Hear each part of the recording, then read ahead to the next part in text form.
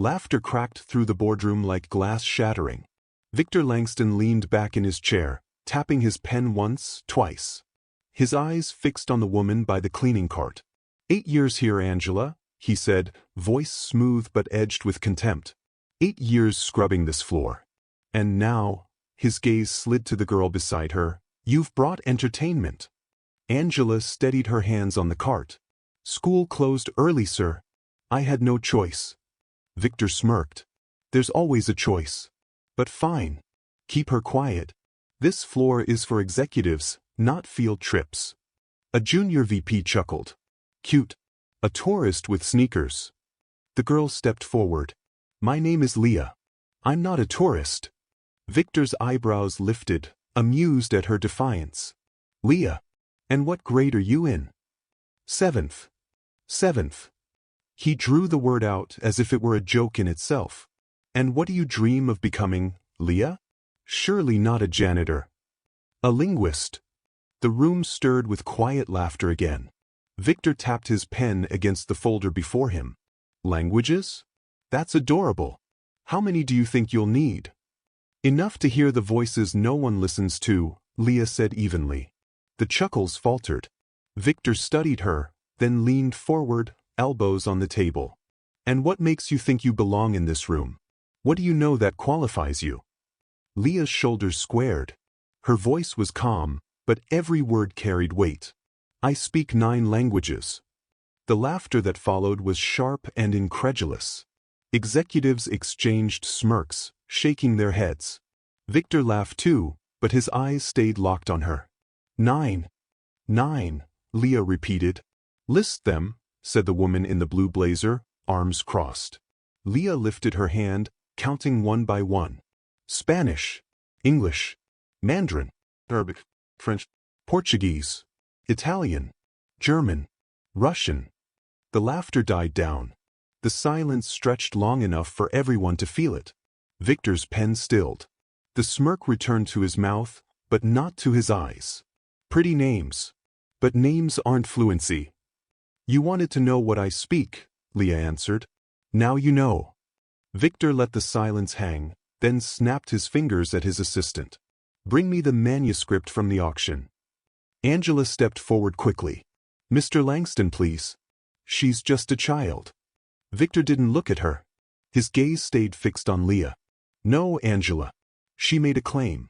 And in this room, claims require proof. The junior VP hurried out. The others leaned in, curious, predatory. Leah kept her chin up. If I prove it, she said, then you'll owe me something. Victor's smirk froze. You're bargaining with me? I'm setting terms, Leah replied.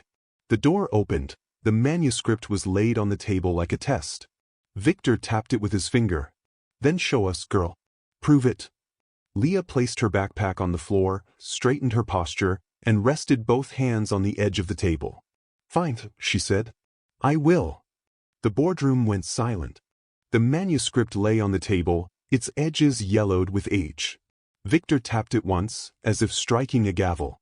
This, he said, defeated 5 professional translators.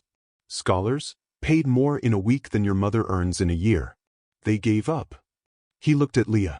But you, child prodigy of the janitor class, you think you can do better? The executives chuckled again, softer this time. Angela stepped forward. Sir, this isn't fair. Victor raised a hand. Fair? This is merit. If she fails, no shame, it only proves the obvious. If she succeeds, he leaned back, smiling thinly. Well, then we all enjoy a good story. Leah didn't flinch. Open it. Victor's smile hardened. He spread the pages so the faded lines of text were visible. Strange scripts, unfamiliar symbols, words that twisted across the page. Read one, Victor said. Translate it. Any line. Prove you're not just reciting names of languages like a parrot. Leah stepped closer, her palms flat on the table. She scanned the first lines, her lips moving silently.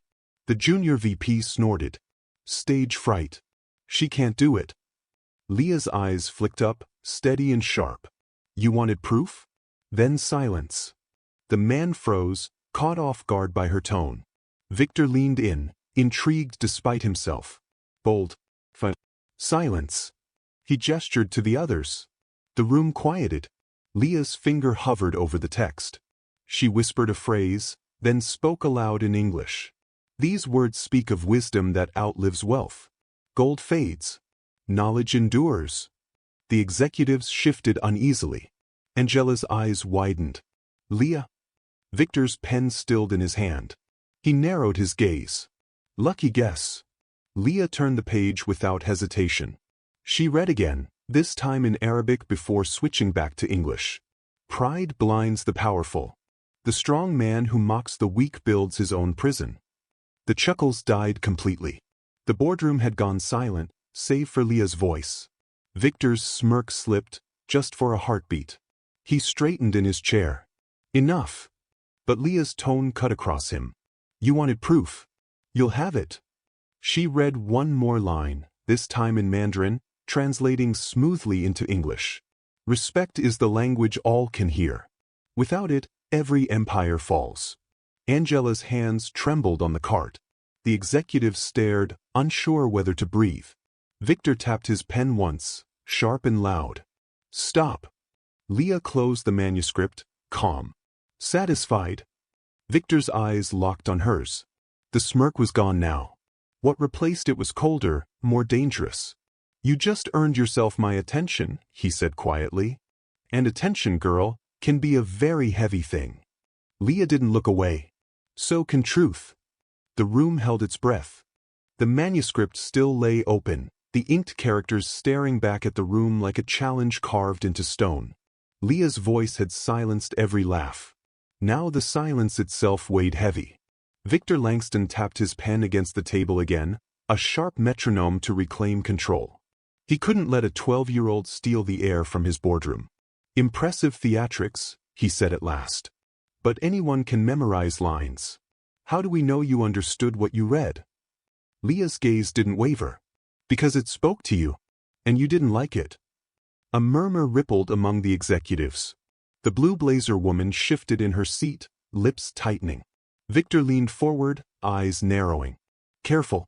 You're walking close to disrespect. Leah answered evenly. Truth isn't disrespect. You asked for proof. I gave it. Angela tugged at Leah's sleeve, whispering desperately. Enough, Leah. Please. But Leah stepped out from her mother's reach, straightening her back. He wanted a test. I passed it. Now he'll hear me. Victor slammed the pen down. The crack made Angela flinch. You don't dictate terms to me. You said this room runs on merit, Leah shot back. Then listen to merit. I have something more to say. The junior VP muttered, she's out of line.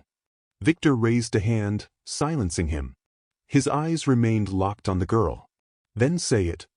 Leah's voice carried, steady and deliberate. Knowledge isn't a trick. It's power.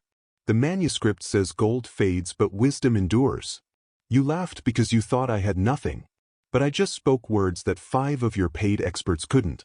Which one of us is powerless now? The bearded director shifted uncomfortably. She's a child. She's right, murmured someone else, almost too low to hear. Victor caught it. His jaw tightened. Enough. This has gone far enough. No, Leah said firmly. It hasn't even begun. Angela's voice trembled. Leah, please. Leah placed a hand on her mother's arm, calm. Trust me. Then she turned back to Victor. You mocked me. You mocked her. You made a room laugh at what you thought we could never be. Now I'm going to set 3 conditions. If you're the man you pretend to be, you'll meet them. The executives froze. The audacity was electric. Victor's lips curled into a dangerous smile. You think you can set conditions on me? I don't think, Leah said. I know. Then humor me, Victor replied. What are they? Leah's chin lifted. First, you say my mother's name. Not housekeeping. Not Angela, in passing. Her full name. With respect. You look at her when you do it. The demand struck the room like a thrown stone. Eyes darted to Angela, who looked stunned, trapped between fear and pride. Victor's fingers drummed once on the table.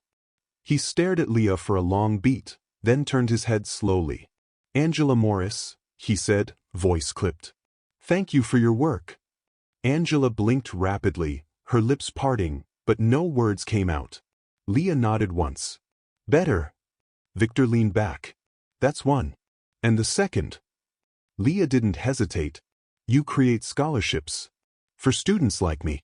For kids who study in libraries, who learn languages from neighbors, who don't have tutors or private schools. You give them what you never gave us, opportunity." The room erupted in whispers. "Impossible. Too costly. He'll never." Victor raised a hand again. Silence. He studied Leah as if measuring an opponent. "And the third?" Leah's eyes didn't blink. "You learn a language. From the beginning. Like me. Like them. You sit at a table, not as a billionaire, but as a student. You learn what it feels like to be small. And you don't quit." The shock in the room was palpable. Executives gaped at her audacity. Victor's laughter came low, dangerous. "You want me to sit in some classroom, stumbling over verbs like a schoolboy?" "Yes," Leah said. "Because wisdom isn't inherited. It's built. If you want to understand the people who work for you, you start where they are." Angela's voice finally broke through. "Leah, you've gone too far." "No, Mom," Leah said firmly. "Not far enough." Victor stood, his chair scraping back. He loomed over the table, the room shrinking around his presence. "Do you know who I am?" Leah didn't move. "I know exactly who you are. The question is, do you?" The words landed like a blow. The silence afterward was deafening. For the first time, Victor had no quick reply. He looked at her, truly looked, and for a flicker of a second, his mask slipped. Angela clutched the edge of the cart, heart pounding. The executives exchanged uneasy glances. Leah stayed rooted, her voice calm, unwavering. "3 conditions. That's the price of your mockery." Victor's pen lay abandoned on the table, ink seeping into the paper beneath it like a spreading wound. And in that charged silence, the balance in the room shifted, if only by an inch. Victor didn't blink. "Fine. You had your moment. Now we verify." Leah slid the manuscript closer. "Set the rules. Then don't move them." "Rule 1, Victor said. You read. You translate. No theatrics, no recitation. If you hesitate, we stop." "Rule 1, Leah countered. No interruptions. Questions after each section. If anyone mocks, I close the folder." The Blue Blazer executive scoffed. Victor raised a palm. "Agreed. Section by section." Leah touched the first page with 2 fingers. "This opening isn't narrative. It's a preface, notes to the reader on how to hold judgment." She scanned a line, then looked up. Translation. Wisdom takes root where pride refuses to grow. If you arrive to measure, you leave without learning. The junior VP leaned in, trying to recover his sneer. "Define one word from the original." "Any word." Leah nodded. "A compound that means to bend the ear. It's used here as a verb for listening with humility. It's not common in modern speech. You'd find it in older texts." "Satisfied?" He had nothing. Victor kept his voice even. "Next section." Leah turned the page. Different hand. Same scribe later day. The ink shifts. She read a short span under her breath, then spoke in English. "Wealth is a shadow that looks larger than its owner. Walk toward the light and it shrinks." The bearded director rapped his knuckles once. "Coincidence?" "She's picking platitudes." Leah didn't look at him. "Pick a line at random." Victor pointed to the margin. "That gloss." Leah angled the page. A marginal note correcting an earlier copy. The symbol marks a variant. The note says the stronger reading is the one that equates lifting others with strength, not being lifted with favor. Translation. The strong lift, the weak need lifting. The room settled another inch. Angela's fingers eased on the cart handle. She didn't speak. Leah moved to the next folio. Here the script tightens. Different language. She traced a diacritic. Whoever added the pointing did it later. It clarifies vowels, not consonants. She read, paused, translated. Mockery grows best in rooms that never hear the names of those who clean them. Victor's jaw hardened. Next. Leah turned a page. This section shifts register. It's legalistic. Terms of obligation. Her voice didn't rise. Her words didn't tremble. An apology without repair is the same coin stamped on both sides. Empty metal, no value. The blue blazer executive clasped her hands. If you're making this up, ask a question that proves it, Leah said, eyes steady. Or stay quiet. Victor gestured. Question. The blue blazer executive pointed to a symbol near the footer. That squiggle. If it's a legal section, what does that mark do? A paragraph divider that doubles as a counting stroke, Leah said. It separates 3 obligations from 1 discretionary note. Here, the obligations are confession, restitution, and discipline. The discretionary note is learning. Victor's pen stopped moving. The junior VP tried again, grasping. Dates. Give me a date. Leah scanned the colophon on the back leaf. Not explicit. But there's a reference to a ruler by title, not by name. You narrow by reigns. And the Latin abbreviations in the closing note use a form that fell out of fashion after the 12th century. If you wanted a century, you'd pick 11th or 12th. How would you know the form? The bearded director said. Because a retired engineer at the library taught me to spot ligatures the way he spots stress lines in steel, Leah said. Problems leave patterns. Victor leaned forward. Again. Leah read. She didn't chant. She didn't show off. She translated with the precision of someone cutting a wire. Power that needs an audience is not power. It is hunger wearing armor. Silence held. Heads turned toward Victor and then away. He sat very still. Continue. Leah nodded.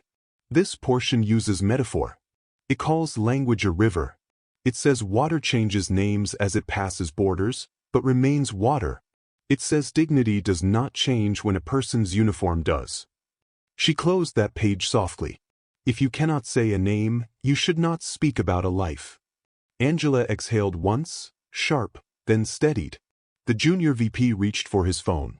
Victor shot him a look that froze his hand midair. The phone stayed face down. Leah went on. Now a parable. A rich man builds a house so high he cannot hear the street. When the floor cracks, he blames the street. She turned the page. It ends this way. If the house falls, the dust will not know your name.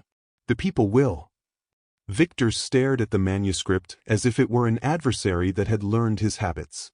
Leah closed the folio halfway. One more proof you didn't ask for. She pointed. 3 different inks. One scribe wrote, another corrected, a third indexed. The indexer cared about virtues more than places. He marked humility, justice, listening. He ignored wealth entirely. Victor's voice was low. Enough. Leah didn't back away. You wanted proof. You have it. Enough, he repeated, but it wasn't the same word twice. The second carried less iron. The blue blazer executive tried to rescue him. Even if she's right, what does an old book prove about this room? Leah looked at her. It proves rooms don't change unless people do. The bearded director pushed his chair back an inch. What do you want, girl? Leah didn't turn. She kept her eyes on Victor. I already told you. 3 conditions. Victor stood. The chair legs scraped, a short, hard sound. Say them again. First, Leah said, you say my mother's name with respect. You did it once. You do it always. Victor turned to Angela. Angela Morris. He held the look. I'm sorry for the way I spoke. Angela swallowed, nodding once. Thank you. Second, Leah said, you fund scholarships for students from working families. Not donuts and selfies. Real support. Tuition. Transport. Mentors. How many? Victor asked. You'll ask that later, Leah said. Third, you learn a language from zero. In public. At the library. No VIP rooms. You sit at a table and make mistakes until you stop being afraid of them. The junior VP couldn't help himself. You can't order a CEO to night school. Leah didn't look at him. I'm not ordering. I'm measuring. Victor folded his arms. And if I refuse? Then this ends where it began, Leah said. With laughter that means nothing. But you won't refuse. You sound certain. You're not a coward, Leah said. You're arrogant. Arrogance can be retrained. Cowardice can't. The line hit harder than anything she had translated. Victor's gaze flicked to the window, then back. You think you understand me? I understand the room, Leah said. Everyone watches you to know how to speak. You can humiliate or you can correct. Today you choose. No one moved. Victor lowered himself into his chair again, slower this time. He tapped the pen cap against the table once, then set it down flat. Numbers, he said quietly. Scholarships. How many? Leah didn't blink. Enough to mean it. Not a press release. A cohort. A class. 150. The bearded director scoffed. Insane. Victor didn't answer him. Application rules? Blind review, Leah said. No zip codes, no names. Essays. Proof of effort. Interviews at the library. Mentors. Your employees, Leah said. 1 hour a week. Non-negotiable. Victor rubbed his thumb against his palm, as if sanding down a thought. And the language class. Tuesday nights, Leah said. New York Public Library. Table 12. He studied her. Which language? You pick, Leah said. But make it the one that scares you. The blue blazer executive leaned forward. This is ridiculous. We have fiduciary duty. Victor cut her off without looking away from Leah. We're not deciding fiduciary policy in a sentence. He paused. But we are deciding how I show up. Leah waited. Victor glanced at Angela. Do you want this? Angela looked at her daughter first, then at him. I want respect with receipts. Victor nodded once, as if a scale in his chest had clicked. He turned back to Leah. I'll come Tuesday. The junior VP sputtered. Sir. Victor raised a hand. Tuesday. 7 o'clock. Leah's answer was immediate. 6:30. You'll be on time. He almost smiled, then didn't. 6:30.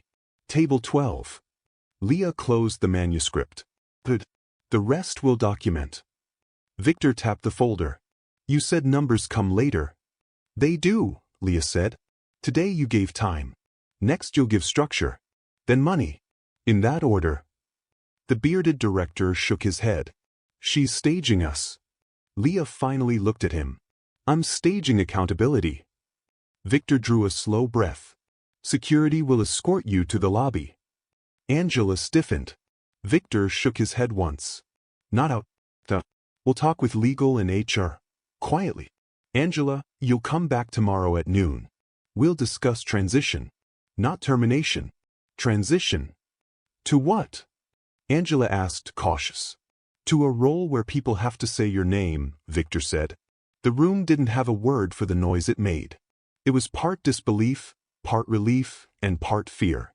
Leah lifted her backpack. Tuesday. Victor nodded. Tuesday. Leah added, bring a notebook with grid lines. And a pencil. Grid lines, he repeated, as if committing a new term to memory. Fine. She started to turn away, then paused. One last thing. Victor waited. When you tell this story, Leah said, don't say you found me. Say you finally saw me. He didn't answer. Not because he refused, but because for once he had nothing to add. Leah stepped back to her mother. Angela squeezed her shoulder. No words. None were needed. Victor touched the manuscript, then removed his hand as if it were warm. We're adjourned. No one stood before Leah and Angela did. As the door opened, the junior VP leaned toward the bearded director. What just happened? Leah looked back over her shoulder once. Chapter 1, she said. The part where the listening starts. Then she was gone. The boardroom door clicked shut behind Angela and Leah. But the manuscript remained on the table, and so did the silence. Victor kept staring at the parchment. His executives shifted in their seats, waiting for a verdict. Out, Victor said quietly.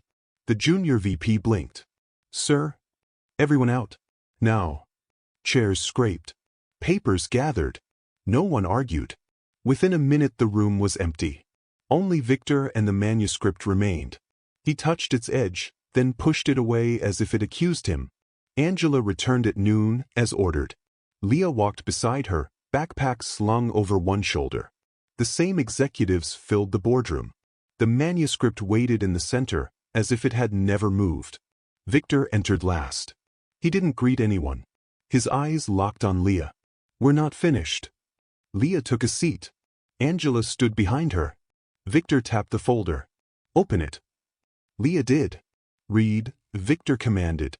Her eyes scanned the page, then lifted. "This section is poetry.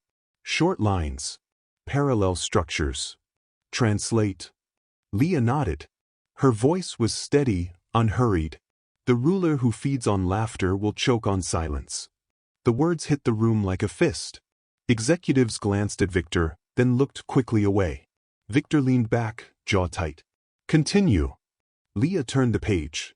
"The man who builds towers without windows forgets the street will not forget him." Angela's breath caught. She looked at her daughter with wide eyes. Victor's pen tapped once. And the next. Leah didn't hesitate.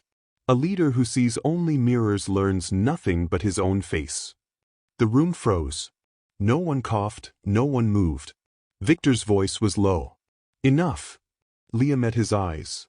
"You told me not to stop." "Enough," he repeated louder. Leah's tone cut through his anger. "You see why I said respect has to be more than words." She pointed to the manuscript. "This text is older than you, older than your company, older than every skyscraper outside that window. And it's talking about you." The blue blazer executive hissed. "Arrogant." Victor lifted a hand sharply. She fell silent. He leaned forward, his eyes locked on Leah's. "Finish the page." Leah read the last line, her voice calm, deliberate.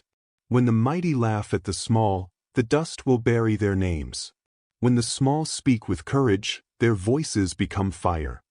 The silence afterward was total. Even the hum of the air conditioning seemed to retreat. Angela's hand trembled on Leah's shoulder. "Baby, that's enough." But Leah's gaze never left Victor. "That's what you needed to hear. You laughed yesterday. Today you're silent. Tomorrow, what will you be?" Victor's hand clenched on his pen until it snapped. Ink spattered across his notes. He didn't flinch.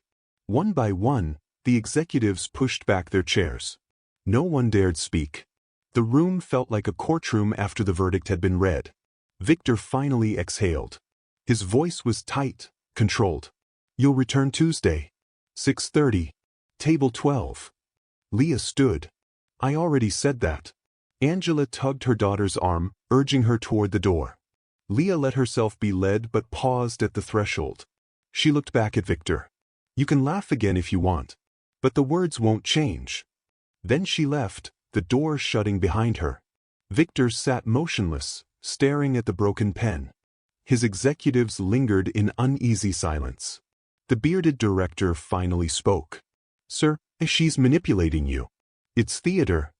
Victor didn't look up. "Then why do the words burn?" No one answered. The boardroom lights glared white, but the tension in the room was darker than any shadow. Leah sat with her backpack on her lap, calm but unyielding. Victor Langston leaned forward, elbows on the table, both hands clasped like a man about to negotiate a war treaty. "You asked me yesterday," Leah began, "what makes me qualified to stand here. Today, I'll answer in full. 3 conditions. That's the price of the laughter you gave me." Angela flinched. "Leah." Her daughter didn't look back. She looked only at Victor. Victor's voice was low. "State them." Leah's tone was steady. "First, my mother. You will never again call her housekeeping. You will say her name. Angela Morris. You will thank her for what she has done here, 8 years of invisible labor that kept your empire spotless. And you will make sure every manager beneath you knows that if they mock her, they mock you." The executives shifted uneasily. Victor didn't answer immediately. He turned to Angela. His jaw flexed, but his voice was clear. "Angela Morris. Thank you." You deserved that years ago. Angela's eyes glistened. She whispered, "Thank you, sir." Leah gave a single nod. "Better." "Second," Leah said, her voice gaining weight, "you create scholarships. Not token prizes with cameras and balloons. Real scholarships, tuition, books, transportation, mentorship. For kids like me. Kids who read in libraries, who learn from neighbors, who don't get noticed by schools that only look at zip codes." The junior VP blurted out, "That's impossible." Victor cut him off with a hand. "How many?" Leah answered without hesitation. 150 to start. Every year. Guess. Protests. Executives exchanged frantic looks. "That's millions," the blue blazer executive snapped. "Pocket change," Leah interrupted. "Compared to your quarterly bonuses." Victor's lips twitched, almost a smile. "Structure?" "Blind review," Leah said. "No names, no addresses. Just effort, essays, interviews. Chosen for resilience, not for pedigree." Victor tapped the table once. "Continue." "Third," Leah said, her eyes fixed on him, "you learn a language. From scratch. Not in some private study with tutors flown in from Europe. You learn where the rest of us learn. At the library. Public. Tuesday nights. Table 12. You will sit, stumble, repeat, and fail the way I did. And you will keep going." The room broke into disbelief. "You can't," the bearded director started. "She can," Victor interrupted. His tone was sharper than steel. "And she did." The room fell silent again. Victor exhaled slowly. "Which language?" Leah's answer was quiet but absolute. "The one that scares you." The blue blazer executive slammed her notebook shut. "This is absurd. She's a child. We can't restructure company policy around a child's demands." Leah didn't even glance at her. "You can leave the room if you want. But he stays. Because he knows I'm right." Victor's eyes narrowed. "Why do you think that?" "Because yesterday you laughed," Leah said. "Today you're listening. That means tomorrow you'll change. You're too proud to admit it now, but you're not too blind to see it." Victor said nothing. Angela's hand touched Leah's shoulder, trembling. "Baby, this is too much." Leah covered her mother's hand with her own. "Not enough. Not yet." Victor rose to his feet, pacing once along the window before turning back. His gaze swept the room of his own executives, faces pale, nervous, waiting. "Condition 1, he said at last. "Done." He turned to Angela. "Angela Morris, you have my respect." Angela swallowed hard, nodding. "Condition 2, Victor continued. "We will establish the scholarship fund. 150 recipients annually. I'll call finance today. Legal will draft the charter. Applications open by fall." The room erupted. "Sir, you can't. The board will never." Victor silenced them with a single look. "I'm the board." Then he faced Leah. "Condition 3. 6:30. Table 12. I'll be there." The junior VP muttered under his breath, "This is insane." Victor's head snapped toward him. "No. This is leadership." The words dropped like a stone into water. No one dared answer. Leah stood slowly, shouldering her backpack. "Then we're done for today." Victor raised a brow. "Just like that?" "Not just like that," Leah said. "This is the beginning. You laughed at me once. You won't laugh again." Angela guided her daughter toward the door. The silence behind them was thicker than applause. At the threshold, Leah turned once more. "Remember, Mr. Langston, dust doesn't keep names. People do.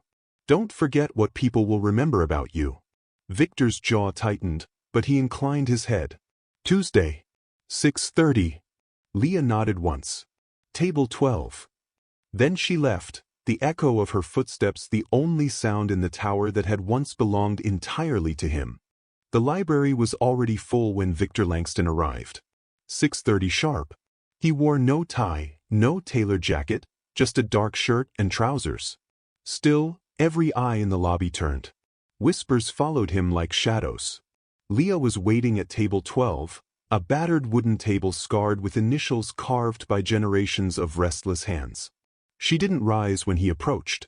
She simply pointed to the chair opposite. "You're late," she said. Victor glanced at his watch. "On time." "On time means ready before the clock strikes," Leah replied. "Sit." For the first time in years, Victor obeyed a command that wasn't his own. He lowered himself onto the chair. Angela stood nearby, arms folded, watching like a guard at the gates of something sacred. Around them, students and strangers pretended to read but couldn't stop staring. Leah placed 2 notebooks on the table. One was hers, filled with neat rows of notes. The other was blank. She slid the empty one toward him with a pencil. "Grid lines. Like I told you." Victor touched the pencil as if it were a foreign object. "What language?" "Arabic," Leah said. "It scares you." He didn't deny it. He nodded once. "Fine. Start with the alphabet," Leah instructed. She drew the first letter carefully, pronounced it, then waited. Victor copied. His line was crooked, heavy-handed. "Again," Leah said. He tried. The curve still faltered. "Again." Victor's jaw clenched. He pressed harder, the pencil nearly breaking. Leah reached across, turned the notebook, and said, "Stop fighting it. The letter isn't a wall. It's a curve. Breathe." He looked at her, the billionaire in used to correction. The room seemed to lean in, waiting for his reaction. Slowly, Victor inhaled, exhaled, tried again. The stroke softened. The letter took form. Leah nodded once. "Better." A murmur rippled through the onlookers. Some lifted their phones. Angela shot them a warning look. Victor noticed. "No cameras," he said sharply. His voice carried. Phones lowered. The library stilled. Leah ignored the distraction. "Next letter." She wrote, pronounced, waited. Victor followed. Clumsy, uneven. Again. He repeated until sweat gathered at his temple. "Good enough," Leah said. He smirked faintly. "You sound like my old drill sergeant." "I sound like a teacher," Leah corrected. "You don't quit until you get it right." Victor turned the pencil in his fingers. "You think this proves anything?" "Yes," Leah said. "It proves you're human." The words cut deeper than any insult. Victor stared at her across the table. For once, he had nothing clever to add. Leah flipped to a new page. Now a word. She wrote slowly, each letter connecting. She pronounced it. Salam. It means peace. Victor tried to copy. His letters stumbled into each other, barely legible. "Again," Leah said. He tried. Again. By the 4th attempt, the word was readable. Leah looked at it, then at him. "Now say it." "Salam," Victor repeated carefully. "Louder," Leah demanded. He raised his voice. "Salam."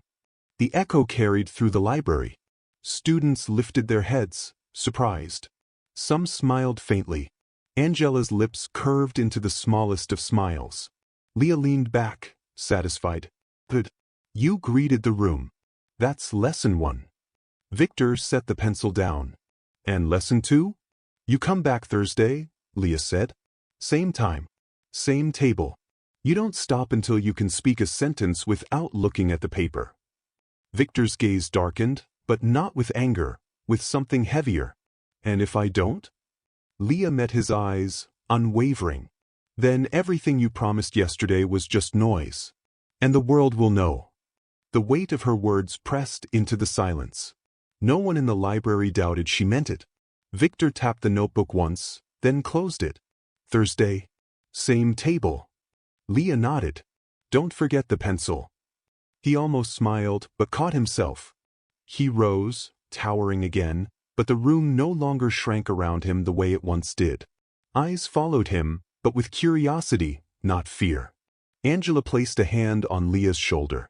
"Come on. That's enough for tonight." As they left, Victor remained standing by the table, staring at the crooked letters on the page. For the first time in decades, he had written something he didn't already know. Something he had to learn. He whispered the word under his breath. "Salam." And for once, the word sounded heavier than all the money in his vaults.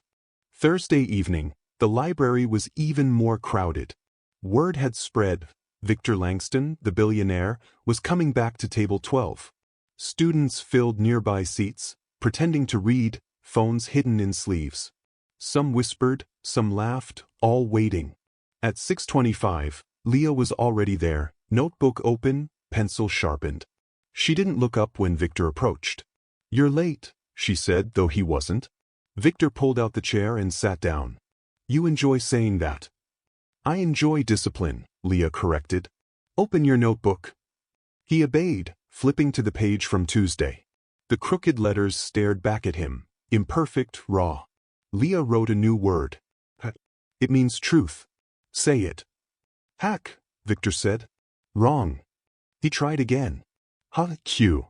Leah shook her head. "The sound is in your throat, not your teeth. Listen." She pronounced it, sharp but deep, then gestured. "Again." Victor attempted. It came out harsh, clumsy. "Again." He tried. "Again." The repetition wore at his patience. Murmurs grew from the students nearby. Someone chuckled. Victor's jaw tightened. "They're laughing." Leah's gaze stayed on him. "So did you." The words stung more than the laughter. He forced the sound again, closer this time. "Better," Leah said. "Now write it." He scrawled the letters. Uneven. Childish. Leah pushed his hand back. "You're pressing too hard. The word isn't stone. It's breath." Victor exhaled slowly and tried again. The second attempt curved smoother. "Good," Leah said. "Now build a sentence. Say, 'Truth is stronger than gold.'" Victor repeated it, stumbling over the guttural consonant. The students snickered again. This time he heard it clearly. His head snapped toward them, eyes sharp. Silence fell. Leah's voice cut through the tension. "Don't glare. Speak." Victor turned back, forcing the words again. Rough, broken, but clear enough. Leah nodded. "Truth is stronger than gold. Remember that." Angela stood nearby, clutching her purse, her eyes flicking nervously between her daughter and the billionaire. She could feel the shift. Victor was losing the armor he always wore, and the crowd knew it. Leah wrote another word. "Sober." "Patience." "Say it." Victor repeated. "Too flat." "No. The middle sound stretches. Like this." She pronounced it, steady, elongated. He imitated her. "Imperfect." Again. By the fifth try, the word rolled smoother. Leah gave a short nod. "Better." A boy at the next table whispered loudly, "Billionaire needs patience." "That's new." The library rippled with quiet laughter. Victor's face burned. He gripped the pencil like a weapon, then dropped it. His fists clenched. Leah's voice cut in, calm but sharp. "Don't fight them. Fight the word. The word is the test, not them." His eyes snapped back to her. For a moment he looked ready to explode. But then, slowly, he picked up the pencil again. He wrote the word, messy, crooked, but legible. Leah leaned forward. "Now you understand. Patience isn't silence. It's endurance." Victor stared at the letters. His breathing slowed. The laughter in the room quieted too. Even the students felt the shift. Leah flipped to a clean page. "One more sentence. Say, 'Without patience, truth dies.'" Victor stumbled on the first word. Laughter rose again. His hands slammed against the table. The echo silenced them instantly. Leah didn't flinch. "Say it again." He forced the words out, each syllable strained but clear. This time no one laughed. Leah looked at him, calm, steady. "Good. You passed tonight." Victor's chest rose and fell heavily. He had faced boardrooms, hostile takeovers, congressional hearings, but never humiliation like this, never the raw vulnerability of being weak in public. And yet, for the first time, he felt it wasn't weakness. It was work. Real work. He closed the notebook. Tuesday. Same time. Leah nodded once. Table 12. As Victor rose, whispers filled the air again, but softer now. Less mockery, Mara. He ignored them. Angela touched Leah's shoulder. "You were too hard on him." Leah shook her head. "No. The world was too easy." That's why he never learned. Victor walked out of the library alone. But in his ears, the words lingered like a challenge carved into stone. Truth is stronger than gold. Without patience, truth dies. Explain yourself. The board chair didn't sit. She planted both hands on the table and stared Victor down. Around her, directors adjusted cuffs and cleared throats. A stack of printouts lay at every seat, headlines circled in red. Victor placed his notebook on the table. Explain what? That I learn on Tuesdays and Thursdays? Or that I plan to fund scholarships? The circus, the Blue Blazer executive said. The library, the stumbling, the videos. Our brand is bleeding. There were no videos, Victor said. I stopped them. CFO Mark Green held up a sheet. Langston Global CO learns to babble in Arabic at public library. That's the headline. Investors called all morning. Victor flicked the page with one finger. Investors can call me. A bearded director leaned forward. You embarrassed the company to impress a child. That child read a manuscript your experts couldn't, Victor said. And she put 3 conditions on me that I accepted. We are implementing them. The chair's voice hardened. You will not implement anything without board approval. Not scholarships. Not employee hours. Not listening circles, whatever that is. Victor met her eyes. Scholarships are funded personally. My money, not corporate dollars. The company's role is mentorship, 1 hour a week, volunteer but strongly encouraged. We'll track participation like any development activity. Mark tapped a calculator pen. Strongly encouraged means soft mandate. That's cost. Time equals money. Victor didn't blink. We'll run a 6-month pilot. 2 divisions participate. 2 divisions don't. We measure retention, injury rates, customer escalations, internal NPS, and defects. If the pilot fails, we adjust. If it works, we scale. The Blue Blazer exec snorted. So we're a charity now? No, Victor said. We're a company that stops confusing contempt with competence. The chair pointed at the headlines. You will issue a statement. You will say the library sessions are your private time and irrelevant to the company. They are my private time, Victor said. And they are not irrelevant. I'm learning what humility feels like. We don't sell humility, the bearded director snapped. We sell results.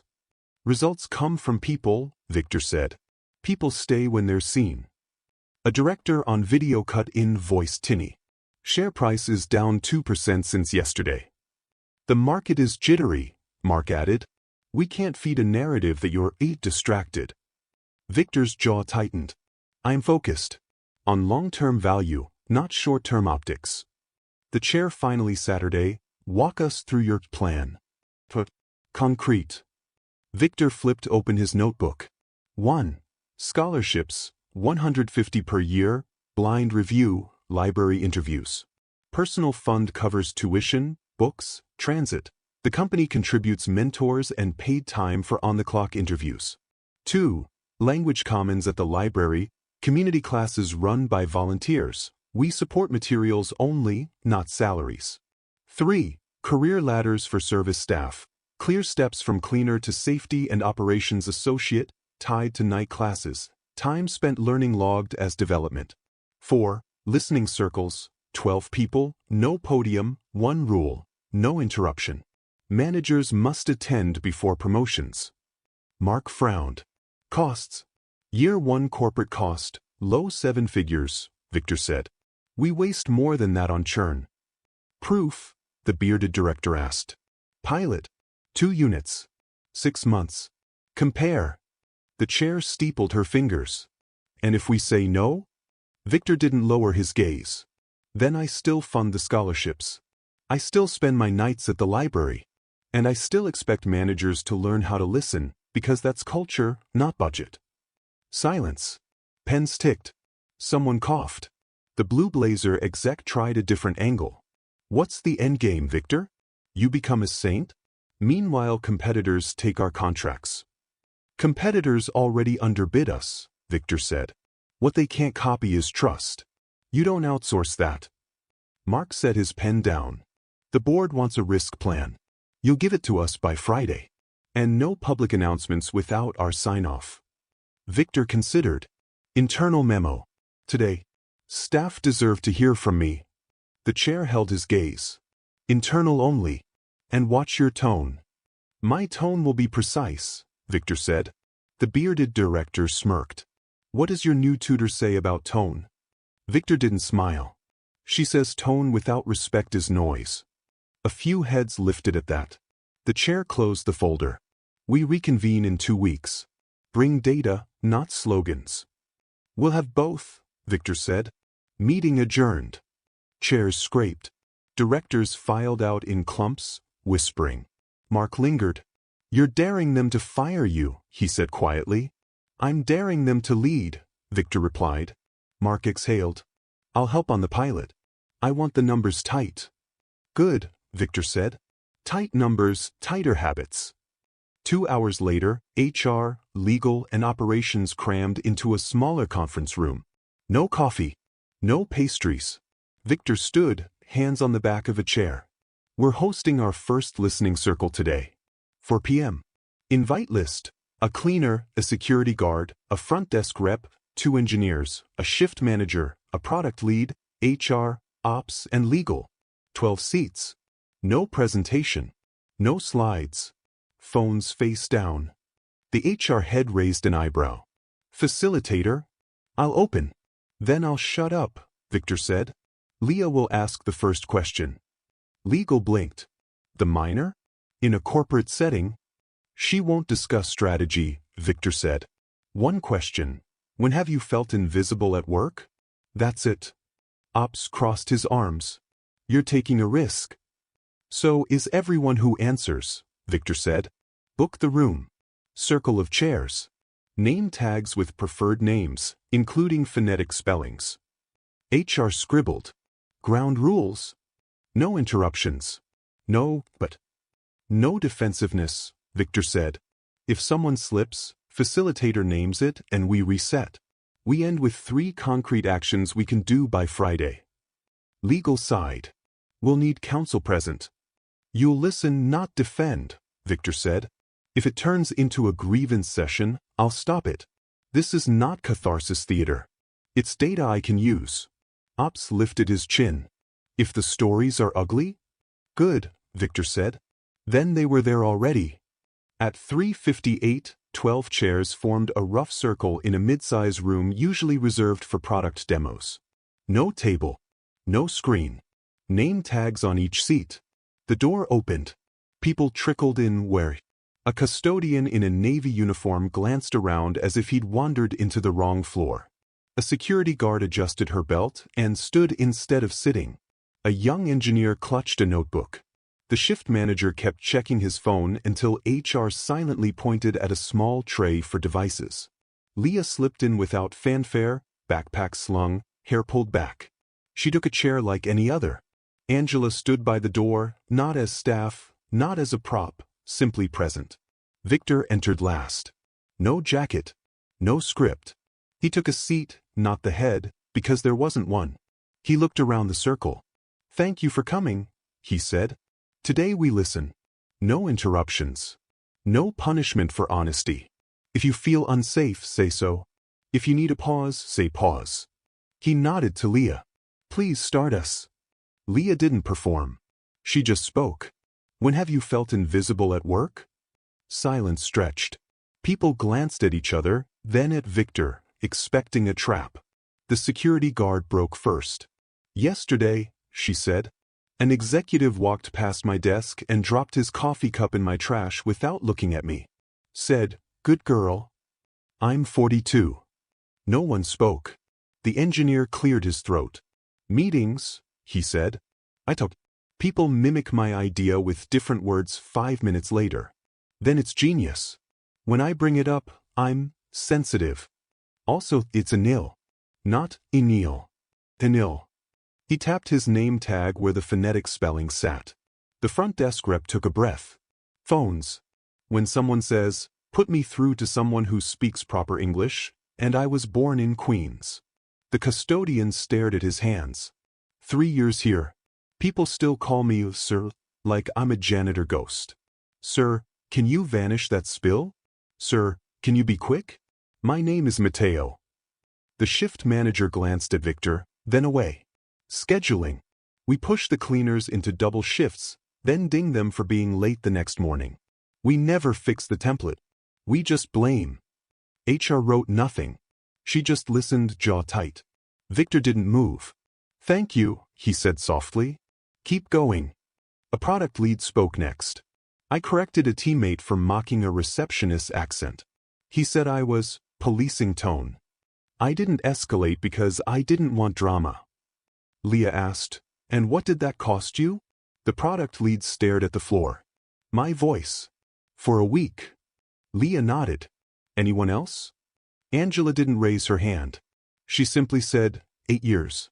People said, housekeeping, like my name was a mop. No one laughed. No one excused. Victor swallowed. Actions by Friday, he said. 3. Anil spoke first. Pronunciation tags. Every badge includes a phonetic line. I'll draft a template.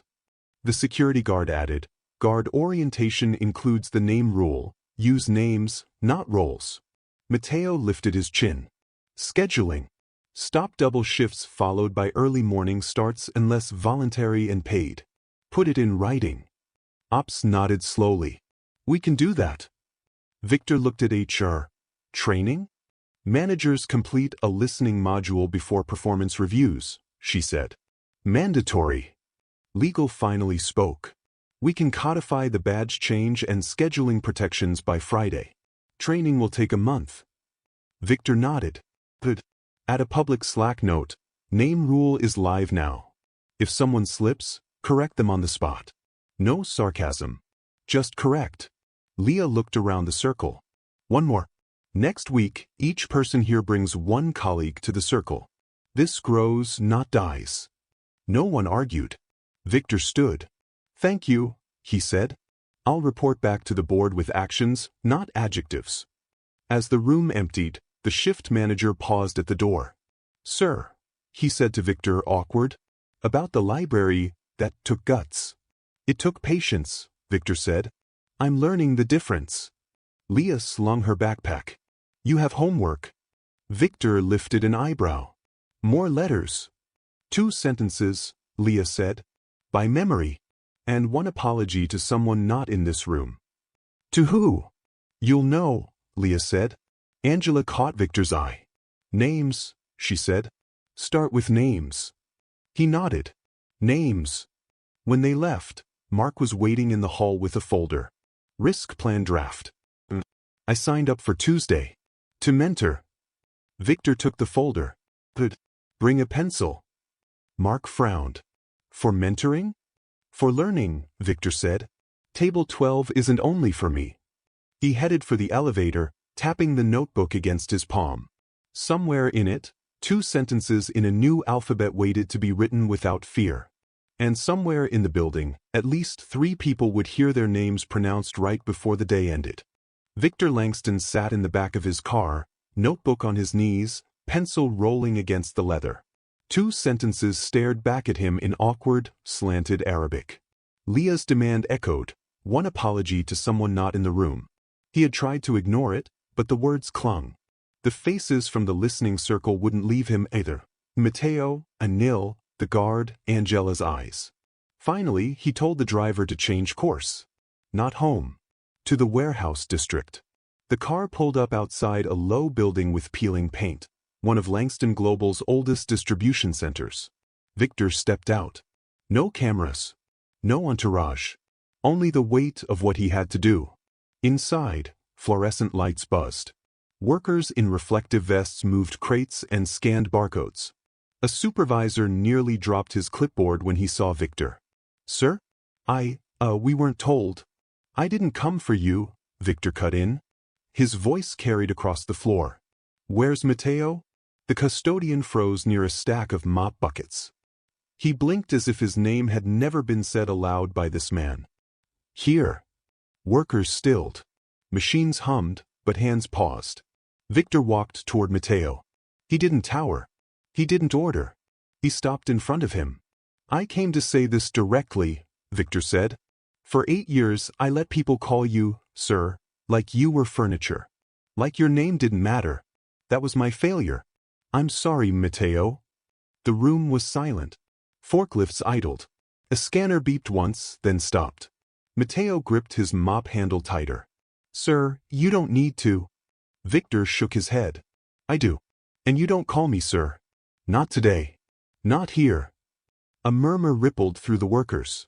Someone whispered. He said his name. Victor went on. If anyone in this company ever treats you like a ghost again, they answer to me. Your schedule will change, too. No more double shifts followed by mornings. That ends now. You'll see it in writing by Friday. Matteo's throat worked. He didn't know what to say. Finally he managed, Thank you, Mr. Langston. Victor, he corrected quietly. Names go both ways. Someone clapped. Just once. Then another joined. The sound grew, cautious but real, until the warehouse filled with it. Victor didn't stop them. For once, applause wasn't for him. He turned to leave. As he reached the door, his phone buzzed. Mark's name flashed. He answered. We've got a problem, Mark said. His voice was tight. A reporter's sniffing around. Someone leaked about the library sessions and the scholarships. They want comment by tonight. Victor stepped outside, the warehouse roar behind him. Let them print. Without a statement?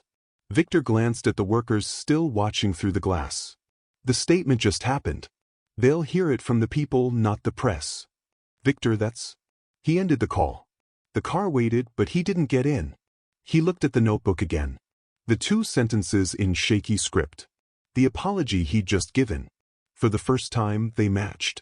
But as he slipped the notebook back into his coat, another thought rose. If one worker's name had been invisible for 8 years, how many more had vanished in silence? The answer, he knew, would not stay hidden for long. By morning, headlines were everywhere. Victor Langston spotted stammering Arabic at public library. Langston Global CEO announces surprise scholarships for janitors' kids. Gimmick or genuine? Investors question Langston's latest stunt. Screens in the lobby of Langston Tower glowed with them. Employees clustered, whispering, pointing. Some laughed, some shook their heads, others just watched.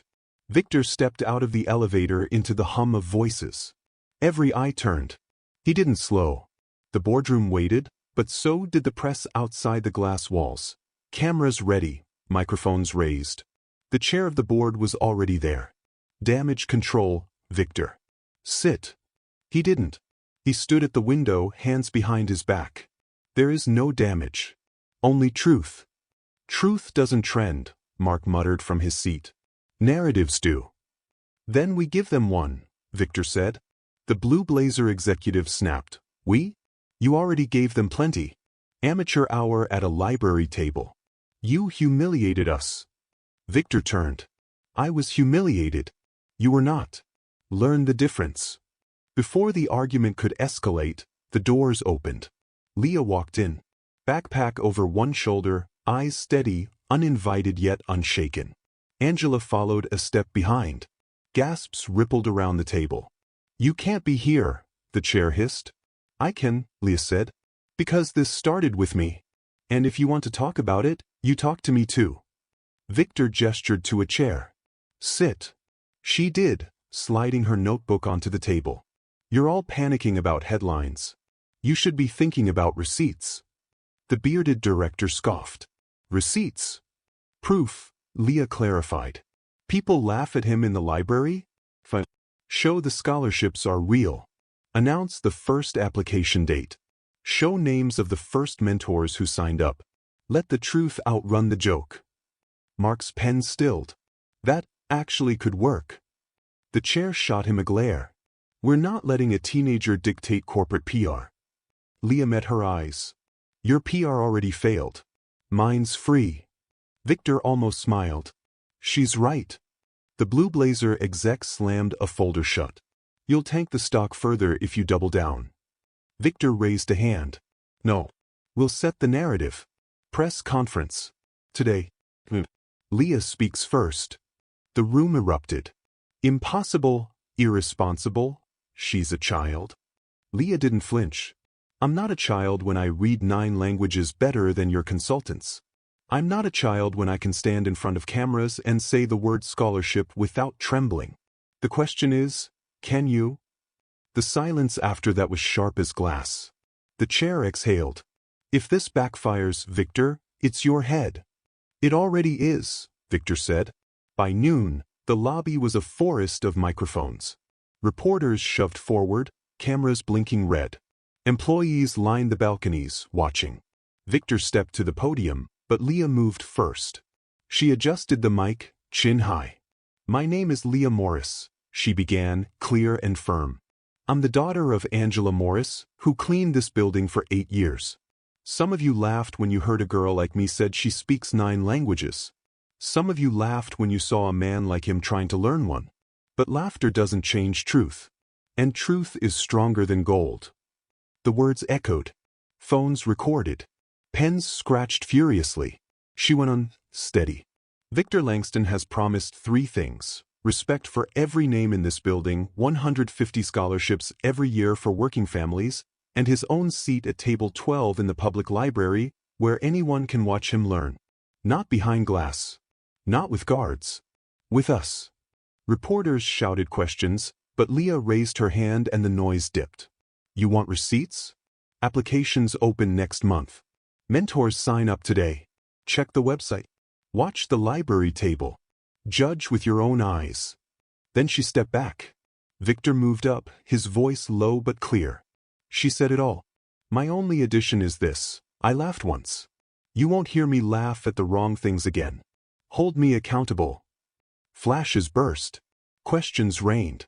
But the story had already shifted. Cameras weren't on the angry executives behind the glass.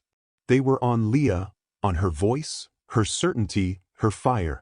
Angela watched from the side, tears in her eyes. As the conference broke, Mark whispered to Victor, You just gambled everything on her. Victor looked at Leah. No. I gambled on truth. She's just the one brave enough to speak it. But even as applause trickled from the balconies, Victor's phone buzzed again. A new headline had just gone live. Anonymous source, Langston Global's secret manuscript holds warnings against the powerful. Victor's hand tightened around the device. Leah saw his face change and asked quietly, What now? He showed her the screen. Her eyes narrowed. Then the manuscript isn't done with you yet. The boardroom blinds were drawn tight. Phones stacked in a locked box. Only a single lamp lit the table. The manuscript lay in the middle like an animal no one wanted to touch. Victor's voice was clipped. Who leaked? No answer. Executives exchanged glances, eyes darting. Someone spoke to the press. Victor pressed. They described this manuscript as a warning against the powerful. That's not random. That's inside. The bearded director shifted. Maybe it was the girl. Leah's eyes snapped to him. Say my name. He hesitated, then muttered. Good, she said coldly. Now listen. I never called the press. I don't need to. The manuscript speaks loudly enough. Angela placed a steadying hand on her daughter's shoulder. She's telling the truth. Victor leaned closer to the table. Then who? The blue blazer exec lifted her chin. Does it matter? The damage is done. The story's out. Reporters are already speculating, prophecies, curses, revolts. This will spiral. Unless we control it, Victor said. Mark cleared his throat. How? Victor turned to Leah. Read. The part they claim is a warning. Find it. Leah opened the folio. Pages whispered as she turned them. She stopped near the middle, finger tracing an inked margin. Her voice lowered. The king who builds walls of silence will hear them crumble in thunder. The ruler who hides his book will be judged by it when it is found. The words sank into the room. Victor exhaled. There it is. The chair hissed, exactly what the press wants, poetic ammunition. Leah kept reading. If the mighty deny the words deny them. If they confess, the words defend them. She looked up. You see? It's not curse. It's choice. The room bristled. Victor tapped the manuscript once. Then we make the choice. Transparency. We release selected passages ourselves. Context, translation, commentary. Not rumor, truth. The blue blazer exec's voice rose. That's madness. Academics will tear it apart. Religious groups will spin it. Investors will panic. Victor's tone was iron. Better panic with truth than rot with lies. The bearded director shook his head. You're playing prophet, Victor. This isn't leadership. This is suicide. Leah spoke clear, cutting through. It's survival. The text said it. If you hide it, it judges you. If you reveal it, it defends you. Victor met her gaze. For a rare moment, there was no arrogance, only decision. We release. The chair slammed a hand on the table. Over my objection. Noted, Victor said. Mark asked quietly, how soon? Tonight, Victor said. Leah, you'll stand with me. We'll show the world the words together. Angela stiffened. She's a child. Leah interrupted, calm but firm. I'm the only one who can read it. Silence. Heavy, undeniable. The blue blazer exec sneered. And if the press twists it? Then we keep reading, Leah replied. Word after word. Until there's nothing left to twist. Victor nodded slowly. So be it. But as the decision settled, a low knock came at the locked boardroom door. A guard slipped in, face pale. Sir, there's a crowd outside. Protesters. Some chanting your name, some chanting against it. They've got signs about the manuscript. The room turned cold. Victor straightened. Then the book already left this room. We're only catching up. Leah closed the folio gently. You can still choose which thunder they hear. Victor picked up the manuscript, heavy in his hands. Then we choose tonight. The library was quiet, past closing hours. Only one table still lit. Table 12. Victor sat with the manuscript closed in front of him, his suit jacket folded over the chair, sleeves rolled. His notebook lay open, filled with crooked letters slowly becoming straighter. Leah dropped her backpack onto the chair across. Angela set down 2 cups of tea. You did it, Angela said softly. You put the words out. The world's arguing, but at least they're reading. Victor nodded. Better an argument than a lie. Leah slid into her seat. You're improving. She pointed to his notebook. Your letters don't limp as much. He almost smiled. That's because my teacher doesn't let me breathe. Leah smirked. Patience isn't silence. Remember. I remember. His voice was quieter now. He looked at the manuscript. Funny. All my life I thought power was keeping books closed. Turns out power's in opening them. Leah reached across, tapping the cover. No. Power's in listening when the words talk back. For a moment, silence settled between them, not heavy this time, but steady, almost calm. Angela sipped her tea, watching the man who once laughed at her daughter now sit like a student in her class. Victor finally asked, What comes next? Leah answered without hesitation. Tuesday. 6:30. Table 12. Victor exhaled through his nose, half a sigh, half a laugh. I'll be here. She stood, slinging her backpack, then looked down at him. Good. Because you're still a terrible student. Angela chuckled softly. Victor shook his head but didn't argue. As they left, the manuscript stayed closed on the table, but its weight no longer felt like a curse. It was just a book. The real words had already been spoken. Truth, patience, names. And in the echo of the empty library, one word lingered, the first he had learned, the one he still whispered like a vow. Salam.